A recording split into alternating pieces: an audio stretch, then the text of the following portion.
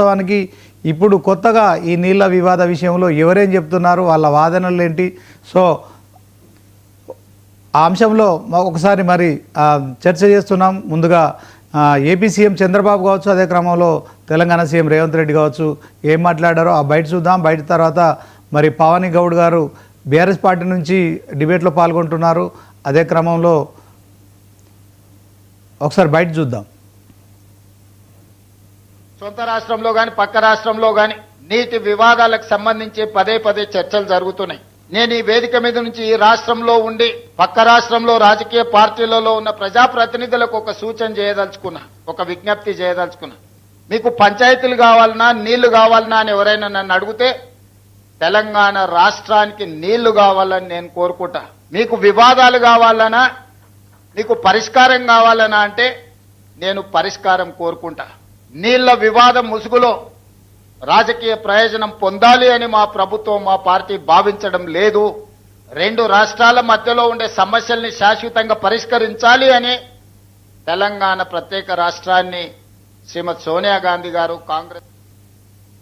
నేను ఒకటే చెప్తున్నాను, నాకు కావాల్సింది గొడవలు కాదు, నా జాతి ప్రయోజనాలు, తెలుగు జాతి ప్రయోజనాలు, నన్ను ఎన్నుకున్న ఆంధ్రప్రదేశ్ రాష్ట్ర ప్రయోజనాలు ఎట్టి పరిస్థితిలో ముందుకు తీసుకుపోతారని మరొక్కసారి హామీ ఇస్తున్నా. ఇక పవన్ గౌడ్ గారితో మాట్లాడదాం. ముందుగా బీఆర్ఎస్ నాయకురాలు ఏం చెప్తారు ఈ అంశంలో? మరి కేసీఆర్ నీళ్ల కోసం ఉద్యమం చేసే కార్యాచరణ రూపొందిస్తున్నట్టు తెలుస్తోంది. సో పవన్ గౌడ్ గారు నమస్తే అండి.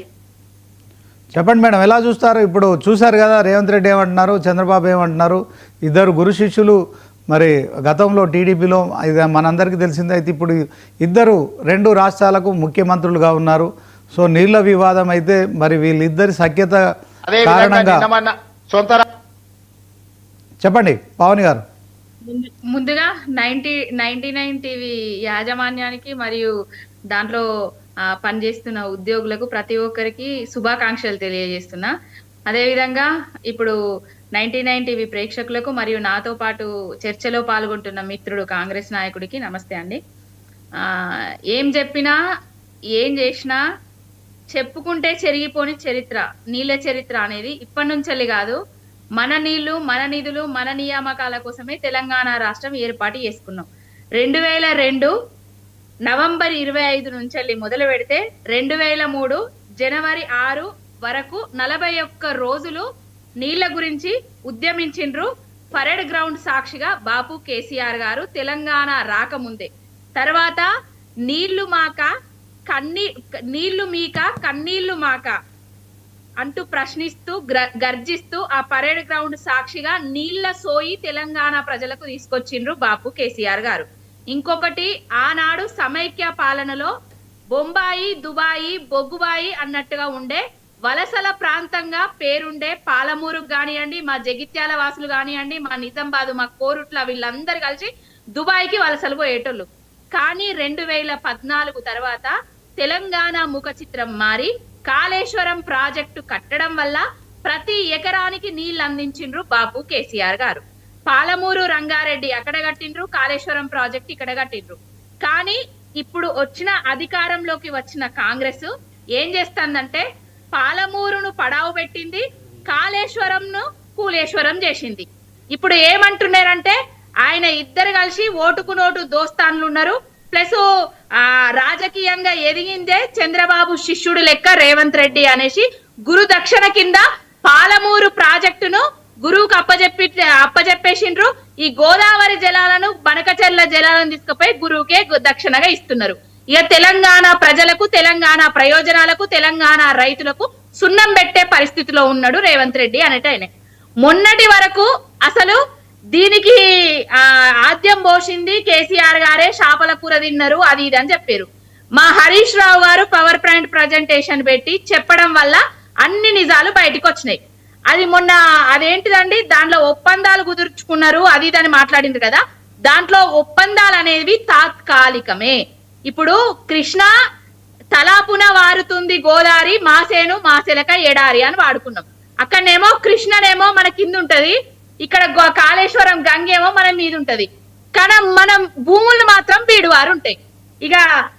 ఇక పోతే మన భూభాగంలో తెలంగాణ 68% ఆ కృష్ణా నీళ్లు పోతాయి మన భూభాగంలో నుంచి వెళ్ళి.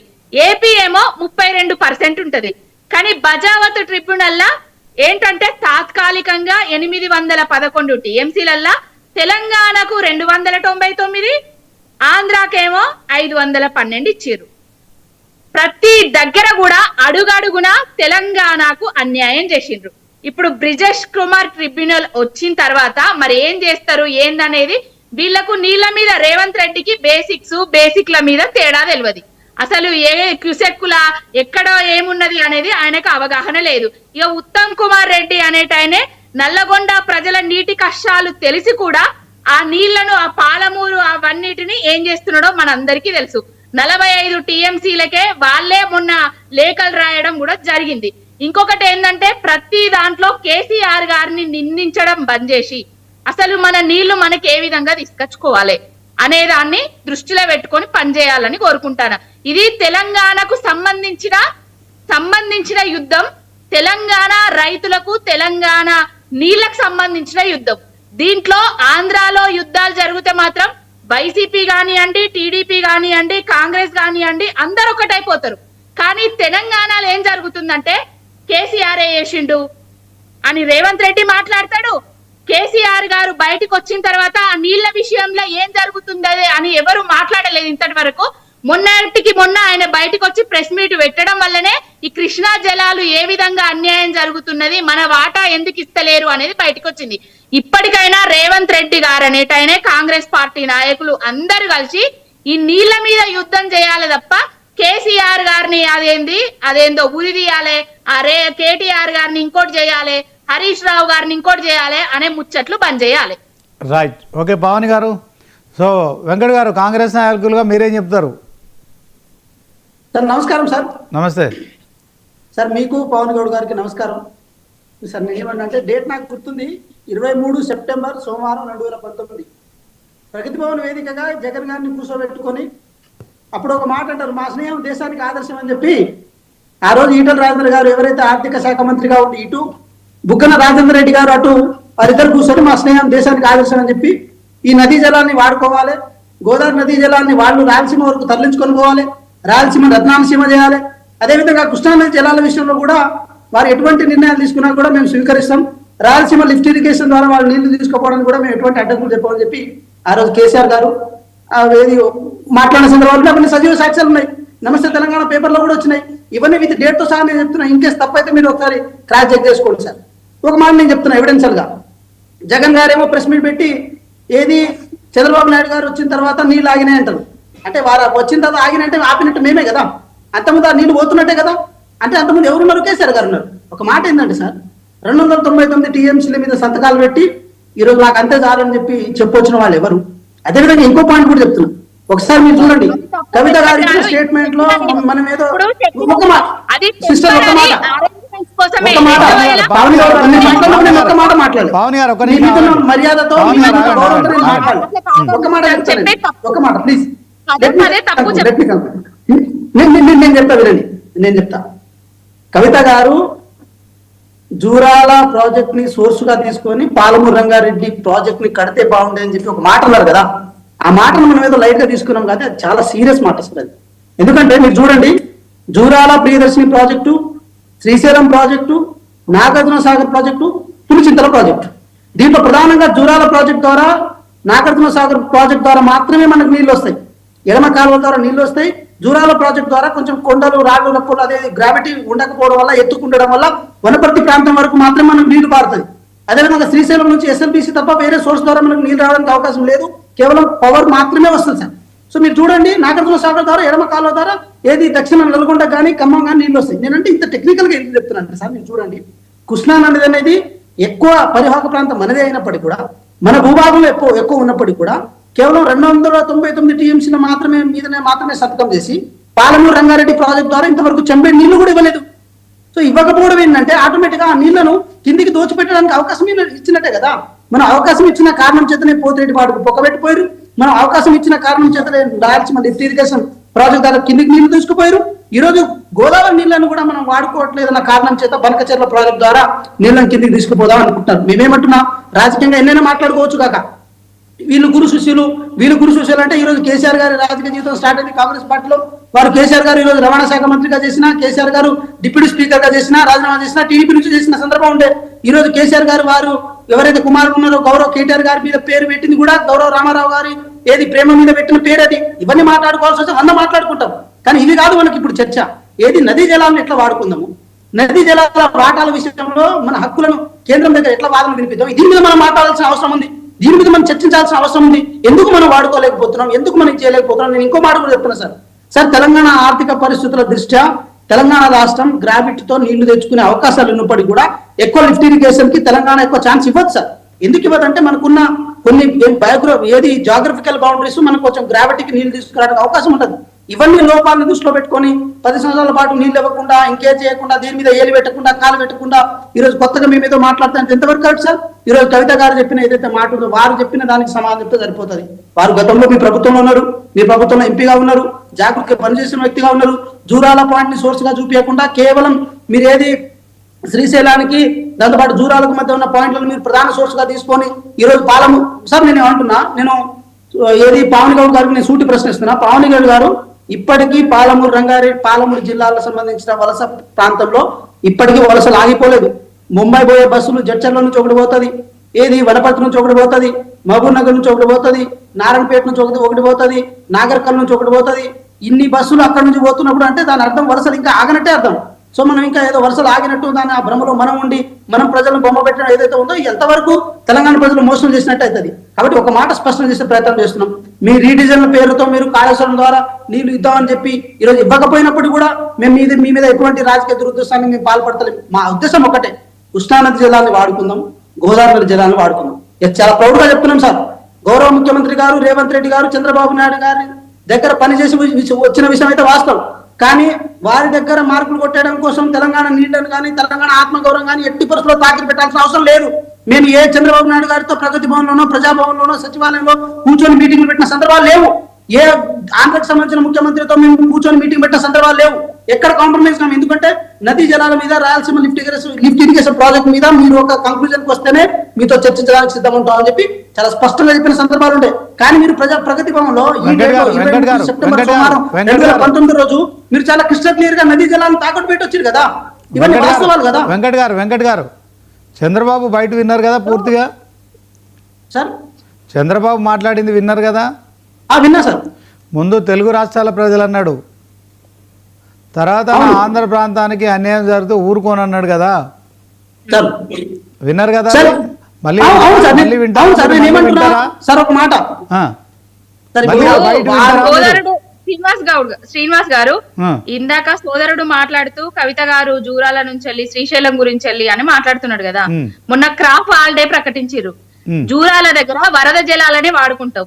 ఎన్ని 7 టీఎంసీలే 30 రోజులనే ఎత్తిపోసుకోవాలి. అదే శ్రీశైలం దగ్గర 215 టీఎంసీలు 220 రోజు నీళ్ళనే ఎత్తిపోసుకోవచ్చు. ఇప్పుడు వరద జలాలు తీసుకుంటారా, నికర జలాలు తీసుకుంటే తెలంగాణ ప్రజలకు ప్రయోజనాలు కలుగుతాయా? ఏ విధంగా మాట్లాడతారండి? ఇప్పుడు పాలమూరు దగ్గర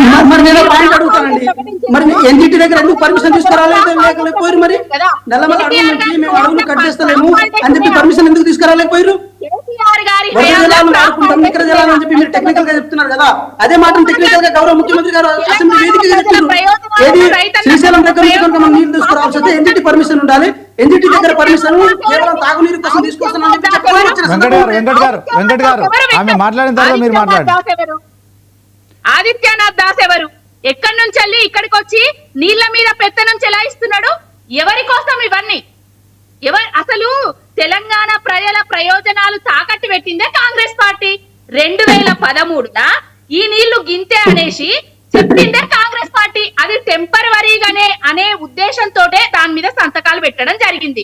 దాన్ని చదవకుండా మొత్తం కేసీఆర్ వేసిండు, ఆంబూం బుషి వేసిండు, చేపల కూర తిన్నాడు, ఇట్లాంటి మాటలు బంద్ చేయండి.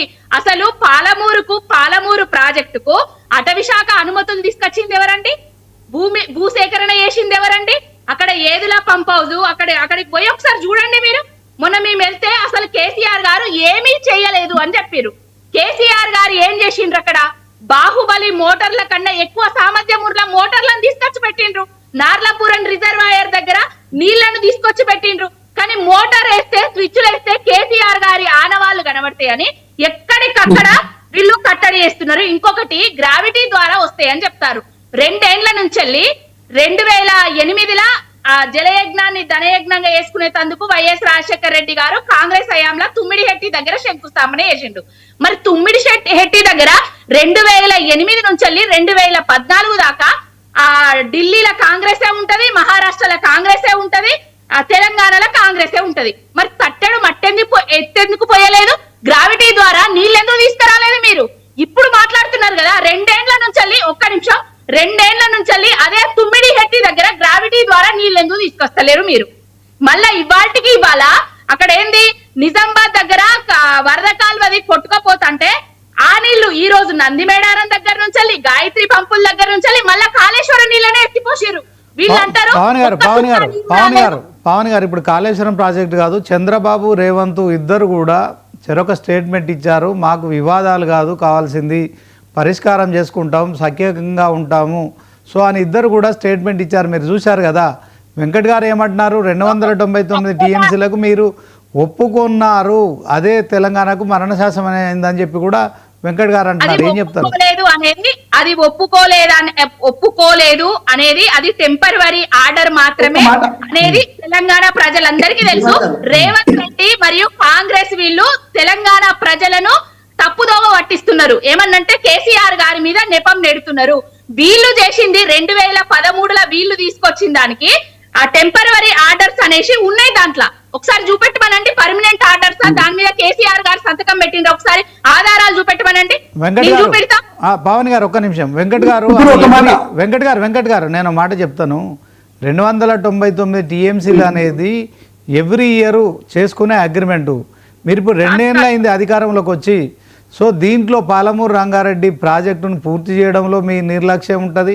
మరి అదే మహబూబ్ నగర్ ఉమ్మడి జిల్లా నుంచి తెలంగాణకు సీఎంగా రేవంత్ రెడ్డి గారు ఉంటారు. సో ఆ ప్రాజెక్టు మరి మహబూబ్ నగర్లో మీరు ఇప్పటికీ చెప్తున్నారు, మా ప్రతి డివిజన్ నుంచి ఒక ఆర్టీసీ బస్సు వలసలు పోతున్నాయని చెప్తున్నారు. సో ఇంకా మరి మీరు ఇంకా అధికారంలో ఉన్నా అనుకుంటున్నారా? ఇంకా కేసీఆర్ను విమర్శించడానికేనా, లేకుంటే మరి దీంట్లో ఈ నివారణ చేస్తారా, ప్రాజెక్టు పూర్తి చేస్తారా? దాంట్లో ఒక క్లారిటీ ఎందుకు ఇవ్వట్లేదు? ఆ 299 టీఎంసీల ఇష్యూ కావచ్చు, మీరు వెళ్ళి దాన్ని మార్చుకోవచ్చు కదా. తెలంగాణ భూభాగంలో ఎక్కువ ఉంది కృష్ణా వాటర్కు సంబంధించి పరివాహక ప్రాంతం అని కూడా చెప్తున్నారు. ఎందుకు మరి కేసీఆర్కు పేరు వస్తుందా? కేసీఆర్కు పేరు వస్తే ఆయనకి ఏమవుతుంది? 3 ఏళ్ళు మీరు అధికారంలో ఉంటారు, ఏం పేరు వస్తుంది ఆయనకు? పూర్తి నాకు 3 minutes వరకు టైం ఇవ్వండి, కొంచెం టెక్నికల్ గా చెప్పాను. ఓకే సార్, ఒకసారి జాగ్రఫికల్ గా కృష్ణా నదిని ఊహించుకోండి సార్. జాగ్రఫికల్ గా కృష్ణా నదిని ఊహించుకోండి. ఎక్కడ మనకు మహబూబ్ నగర్, అది మక్తల్ ఆ ప్రాంతం నుంచి ఎంట్రీ ఎక్కడ ఎగ్జిట్ అవుతుంది అంటే, మీరు ఇది హుజూర్ నగర్ కాన్స్టిట్యూన్సీ లో మఠంపల్లి దగ్గర ఎగ్జిట్ అవుతుంది. సో అక్కడ వరకు జాగ్రఫికల్ గా అంతా మన బౌండరీలో ఎక్కువ ఉంటుంది కృష్ణా నది. సో ఈ 299 టీఎంసీలు ఏదైతే ఉందో ఇది మనం వాడుకోవాల్సిన జలాలు. దేని ద్వారా వాడుకుందాం అని చెప్పి మనం సంతకాలు చేసినామంటే, మన ప్రధానమైన సోర్సు 2 సార్. ఏంటవి? ఒకటేమో ఎస్ఎల్బిసి, ఇంకోటేమో పాలమూరు రంగారెడ్డి.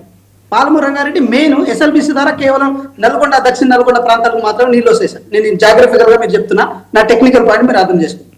సో ఎస్ఎల్బిసి మీద కనుక కొంచెం కాన్సన్ట్రేట్ చేసి ఉంటే ఎంతో కొంత నీళ్ళని, ఫ్లోరైడ్ సమస్యలను తీర్చడం కోసం నల్గొండకు నీళ్లు వాడుకోవాల్సిన అవసరం ఉంటే దాని మీద ఏలు పెట్టలే, దాన్ని గెలకలే, దాన్ని అట్లే ఉంచేసి కేవలం ఒక 10 నుంచి 15% పనులు జరిగితే అయిపోయాయి. సో కొంత అనివార్యంగా కొంచెం ఏది అన్ఎక్స్పెక్టెడ్ గా యాక్సిడెంట్ జరగడం వల్ల కొంచెం ఇబ్బంది, మళ్ళీ రాష్ట్ర ప్రభుత్వం దాన్ని మళ్ళీ ఏది జోక్యం చేసుకొని దాన్ని ఎట్లాగో ఫుల్ఫిల్ చేస్తుంది, అది వేరే ముచ్చట. ఇక్కడ ఏంటంటే సార్, పాలమూరు రంగారెడ్డి ఎత్తిపోతల పథకం ద్వారా మాత్రమే మనం ఏదైతే అగ్రిమెంట్ కేఆర్ఎంబి ఆ బోర్డు దగ్గర మనం అగ్రిమెంట్ తీసుకొని ఆ నీళ్లను వాడుకుందాం అనుకుంటున్నామో దాని ద్వారా మాత్రమే మనం నీళ్లు వాడుకోవాల్సిన అవసరం ఉంది. ఇప్పుడు నేను ఏమంటున్నా అంటే సార్, మీరు అర్థం చేసుకోండి శ్రీనివాస్ గారు, పవన్ గౌడ్ గారు కూడా నేను చెప్తున్నా, పాలమూరు రంగారెడ్డి ద్వారా ఇప్పటి వరకు చెంబెడ్ నీళ్లు కూడా మనం తీసుకురాలేకపోయినాం. మనం దిండి కానీ, కల్వకుర్తి కానీ, మిగతా కోయిల్ సాగర్ కానీ, ఇవన్నీ ఉపనదుల ద్వారా ఉండే ఏదైతే గతంలో కట్టిన ప్రాజెక్టుల ద్వారా మాత్రమే పాలమూరు జిల్లాలో మనం నీళ్ళని ఇస్తున్నాం. రంగారెడ్డి జిల్లాకి ఇప్పటికి వస్తున్న నీళ్లు, తాగునీటి ద్వారా వస్తున్న నీళ్లు, ఏ నీళ్లు కృష్ణా నది ద్వారా ఏదైతే మనం పైప్ లైన్ ద్వారా వస్తున్న నీళ్లు మాత్రమే వస్తున్నాయి, కానీ పాలమూరు రంగారెడ్డి లిఫ్ట్ ఇరిగేషన్ ద్వారా నీళ్లు రావట్లేదు. నా మాట టెక్నికల్ గా మీరు అర్థం చేసుకోండి. ఇక్కడ నేనేమంటున్నా 10 సంవత్సరాల పాటు మీకు పాలమూరు రంగారెడ్డి ఎత్తిపోతల పథకం ద్వారా కృష్ణానది జలాలను వాడుకొని ఈ 2 జిల్లాలను ఏది డైరెక్ట్ గా పాలమూరుకి, డైరెక్ట్ గా రంగారెడ్డికి, ఇండైరెక్ట్ గా కొంతవరకు నల్గొండ జిల్లాలకు, ఇండైరెక్ట్ గా కొంతవరకు ఏదైతే పైన మనకు పాలమూరు కోడంగల్ ఉంది కదా అక్కడ వరకు లిఫ్ట్ ఇరిగేషన్ ద్వారా నీళ్లు తీసుకుపోవడానికి అవకాశం ఉన్నప్పటికీ కూడా మీరు ఎందుకు ఆ పనులను త్వరితగతిన చేసుకోలేదంటే అది పెద్ద క్వశ్చన్ మార్కు, అది $1 మిలియన్ క్వశ్చన్ మార్కు. నేనేమంటున్నా సార్, ఒక మాట అర్థం చేసుకోండి, మనకు ప్రధానమైన నీళ్లు తీసుకోవడానికి ఎక్కువ మొత్తంలో నీళ్లు తీసుకోవడానికి సోర్స్ పాయింట్ ఒకటి, అది నాగార్జున సాగర్ సంబంధించిన ఎడవ కాలువ మాత్రమే ఒక సోర్స్ పాయింట్. మిగతా ఎక్కడ కూడా మనం నీళ్లను ఎక్కువ మొత్తంలో తీసుకోవడానికి అవకాశం లేదు. ఉన్నదల్లా పాలమూరు రంగారెడ్డి అని చెప్పి దాని మీదనే ఎక్కువ సార్లు మొత్తుకుంటుంటే దాన్ని మీరు సరిగా ఇచ్చేయకుండా దాన్ని పొడవ పెట్టేసి ప్రయత్నం చేసినప్పుడు ఆటోమేటిక్ గా వాడుకున్నట్టే కదా. ఇప్పుడు నేను ఇంకో మాట కూడా చెప్తున్నాను, సరే సబ్జెక్టు కరెక్షన్, కాళేశ్వరం ద్వారా నీళ్లను 23 టీఎంసీలను ఎప్పుడైతే మనం కిందికి వదులుకున్నామో అది ఆటోమేటిక్ గా ఏపీ వాళ్ళకి అడ్వాంటేజ్. ఇంత నీళ్లు కిందికి పోతున్నాయి కదా, వరద జలాలే కదా, మేము వాడుకున్న మాధవైతే అని చెప్పి దాన్ని ఆల్టర్నేటివ్ గా పోలవరానికి ప్యారల్ గా బరక జల్ల కట్టినప్పుడు అది ఎవరి లోపంగా కనబడుతుంది అనేది చాలా ఇంపార్టెంట్ కదా శ్రీనివాస్ గారు. ఇది నా పాయింట్ మీరు ప్రధానంగా అర్థం చేసుకోండి. మనం స్పష్టంగా ఒక అంశాన్ని వాడుకొని కనుక మనం యూటిలైజ్ చేసుకుంటే ఆటోమేటిక్ గా వేరే వాళ్ళకి కలిసి కాదు కదా. వాళ్ళు ఏమంటారు, ఇప్పుడు ఏమని చెప్తున్నారు, కిందికి పోయే జలాలని మమ్మల్ని ఎందుకు వాడుకొని ఇస్తలేరు, మమ్మల్ని ఎందుకు చేసుకొని ఇస్తాం అని చెప్పి వాళ్ళు మనల్ని బదనాలు చేసేది ఏంటి సార్? నిధులు నియామకాల కోసం కొట్లాడు సాధించుకున్నాం కదా సార్ తెలంగాణని. ఆ నీళ్ళని ఎందుకు వాడుకోలేకపోయినా నేను ఇంకో మాట చెప్తున్నా.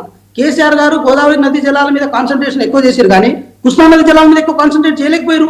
ఎక్కువ కనుక కాన్సన్ట్రేట్ చేసి ఉంటే వాళ్ళే చెప్పారు కదా నల్గొండలో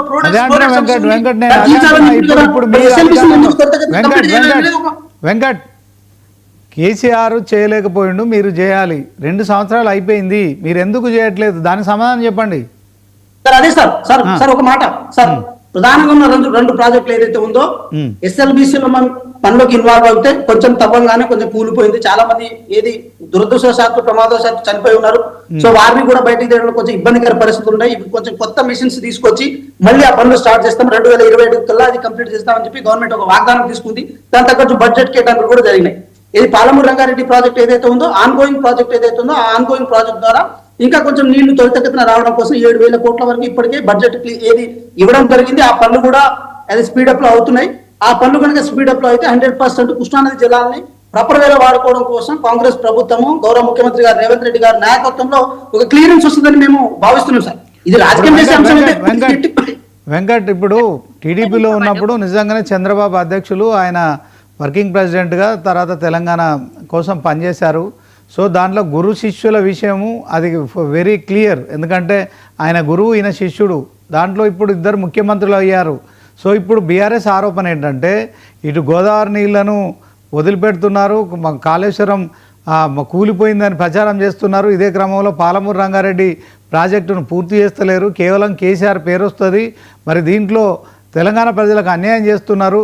సో రేవంత్ రెడ్డి ఎట్టి పరిస్థితుల్లో చంద్రబాబుతో సఖ్యతగా ఉంటున్నట్టు కనిపిస్తున్నాడు. కానీ ఈ జల వివాదాలు ఎట్లా పరిష్కారం చేస్తారని బీఆర్ఎస్ క్వశ్చన్ చేస్తుంది. మీరు ఏం చెప్తారు సార్? నేనేమంటున్నా అంటే అసెంబ్లీ సాక్షిగా గౌరవ ముఖ్యమంత్రి గారు చాలా స్పష్టంగా చెప్పారు, రాయలసీమ లిఫ్ట్ ఇరిగేషన్ పనుల విషయంలో ఆ రాయలసీమ లిఫ్ట్ ఇరిగేషన్ పనులను ఆపితే తప్ప మీతో చర్చలు జరపడానికి కానీ, మీతో మాట్లాడడానికి కానీ, మీతో ఏ విషయంలో డిస్కస్ చేయడానికైనా మేము ఎటువంటి సిద్ధంగా లేము, మేము సిద్ధంగా ఉండము. అవి ఆపి మీరు ఏ చర్చలకైనా రండి, మేము మాట్లాడడానికి సిద్ధంగా ఉన్నాం అని చెప్పి ఒక హుకుం జారీ చేసిరో, ఒక రిఫరెండం జారీ చేసిరో, ఏదో ఒకటి చేస్తేనే తర్వాత వాళ్ళు వెనక్కి తగ్గారు. కాబట్టి ఈ రోజు అది చర్చకు వచ్చింది సార్.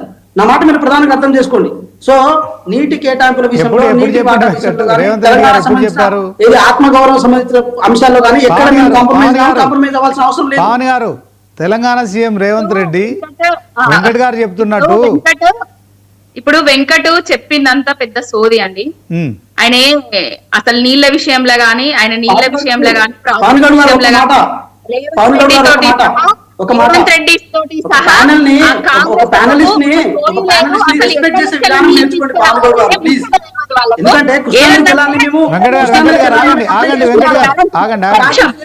మాట్లాడేటప్పుడు అవకాశం మాకున్నప్పటికీ కూడా మీ బాపు కేసీఆర్ గారు ఇప్పటికీ మాకు అవకాశం ఇవ్వలే. కనీసం ఒక ప్యానలిస్ట్ ని రెస్పెక్ట్ చేసే అవకాశం కూడా మీరు తీసుకోవాలి. నేను చెప్పగలుగుతానా? మీ మీద రెస్పెక్ట్ ఉంది. వెంకట్ గారు ఒక సెకండ్ పవన్ గారు మాట్లాడండి.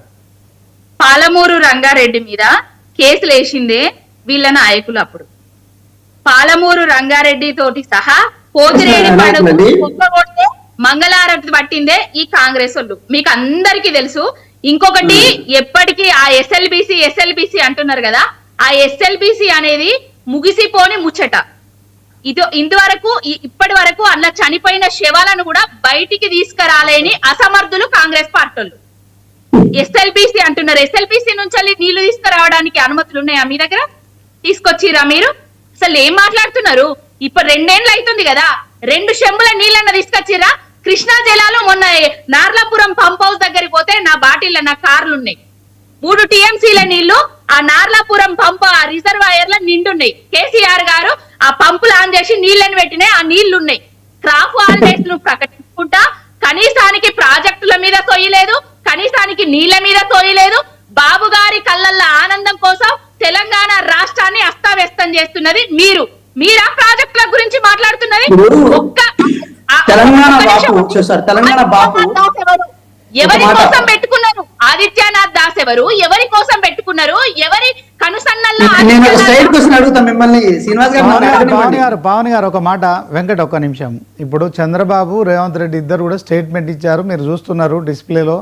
సో మాకు కావాల్సింది ఇరుగు పొరుగు రాష్ట్రాలు, తెలుగు రాష్ట్రాల మధ్య మేము వివాదాలు పెట్టుకోము, పరిష్కారం చేసుకుంటాం సఖ్యతగా అని చెప్పి చెప్తున్నారు కదా. దాంట్లో కేసీఆర్ వచ్చి తర్వాత మరో ఉద్యమం చేయడము, నీళ్ళ విషయంలో మరొక ఉనికిని కాపాడుకునే ప్రయత్నమే పార్టీ బీఆర్ఎస్కు సంబంధించి అనే విమర్శలు కూడా వస్తున్నాయి కదా, దీనికి ఏం చెప్తారు? ఇప్పుడు బాబు గారు నాటకాలు రక్తి కట్టించడంలో పెద్ద ఆయన అని మీకు అందరికీ తెలుసు. ఆయన కుట్రలు, ఆయన కుళ్ళు, ఆయన కుతంత్రాలు, ఆయన రాజకీయాలు ఎవరి మీద చేస్తాడో ఏం చేస్తాడో అనేది మీకు తెలుసు. ఆయన పాలన ఏ విధంగా ఉండేది, ఆయన పాలనను పక్క వాళ్ళ మీద ఎట్లా బురద చల్లుతాడో కూడా మీకు తెలుసు. నేనిస్తా తెలంగాణ రాష్ట్ర ప్రయోజనాలు, తెలుగు వాళ్ళ ప్రయోజనాలు, లేకపోతే ఆంధ్ర ప్రయోజనాలు ముఖ్యమని చెప్తాడు. కానీ ఆయన చేసేది మొత్తం చేస్తాడు. ఇక్కడ రేవంత్ రెడ్డి అనేటాయనే శిష్యరికం వల్లనే బాబు గారు ఇవాళ మాట్లాడుతున్నాడు తప్ప ఇంకొకటి లేదు. కేసీఆర్ గారు ఉన్నప్పుడు నీళ్ల ముచ్చట్ల గురించి, ప్రాజెక్టుల గురించి వీళ్ళొక్కరన్నా బయటకు వచ్చి మాట్లాడినరా అండి? కేసీఆర్ గారు ప్రగతి భవన్లో జగన్తో కూర్చొని మాట్లాడినట్టు ఎందుకు?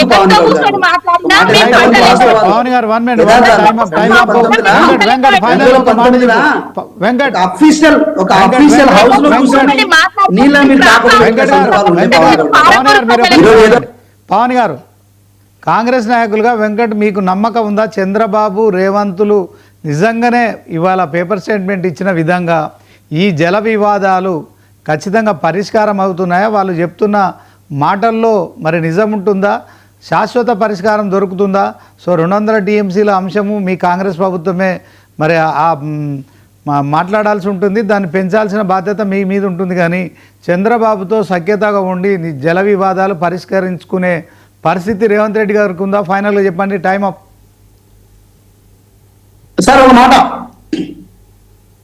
మాట సార్, ఇంకా తెలంగాణ రాష్ట్రంలో కృష్ణానది జలాల వాడకం విషయంలో కానీ, గోదావరి నది జలాల వాడకం విషయంలో కానీ, గోదావరి జలాల విషయానికి వచ్చినప్పుడు బనకచెర్ల అడ్డొచ్చింది, కృష్ణానది జలాల విషయానికి వచ్చినప్పుడు పోతిరెడ్డిపాడు కానీ, లేకపోతే రాయలసీమ లిఫ్ట్ ఇరిగేషన్ కానీ, ఇవన్నీ ప్రధానంగా మనకు అడ్డొచ్చిన అంశాలని వీటిని ఎట్టి పరిస్థితుల్లో ముందుకు ఈ అంశాలన్నీ కూడా తెలంగాణ సీఎం గా కాంగ్రెస్ ప్రభుత్వం ఈ పరిష్కారం చూపుతుందా చెప్పండి. ఎట్టి పరిస్థితుల్లో సార్ చెప్తున్నాం సార్, శ్రీనివాస్ గారు ఎట్టి పరిస్థితుల్లో వీటిని ముందుకు సాగనీయం, ఎంత దూరమైనా పోతాం ఆ విషయంలో. పవన్ గారు థ్యాంక్ యూ వెరీ మచ్ మరి డిబేట్ లో పాల్గొన్నందుకు. అలాగే కాంగ్రెస్ నాయకులు వెంకట్ గారు మీకు కూడా ధన్యవాదాలు. సో మొత్తానికి తెలుగు రాష్ట్రాల మధ్య మరొకసారి కృష్ణా నది నీళ్ల విషయంలో కొంత మరి ఇక్కడి నుంచి పాలమూరు రంగారెడ్డి పూర్తి చేయకుండా ఆంధ్రకు తరలించడానికి తెలంగాణ సీఎం సహకరిస్తున్నాడు. ఇటు గోదావరి అటు కృష్ణా నది జలాలను కూడా కిందికి వదిలిపెడుతున్నాడని బీఆర్ఎస్ ఆరోపణలు చేస్తున్న నేపథ్యంలో తెలుగు రాష్ట్రాల ముఖ్యమంత్రులు అయితే ఒక ప్రకటన చేస్తున్నారు. సో మాకు కావాల్సింది వివాదాలు కాదు, నీళ్లకు సంబంధించిన పరిష్కారం మేమిద్దరం సఖ్యతగానే చేసుకుంటామని చెప్తున్న ప్రకటనలు మరి ఏ మేరకు ఫలిస్తాయి అనేది మాత్రం వేచి చూడాల్సి ఉంటుంది. ఇది వాటి సూపర్ ప్రైమ్ టైం డిబేట్. చూస్తూనే ఉండండి 99 టీవీ.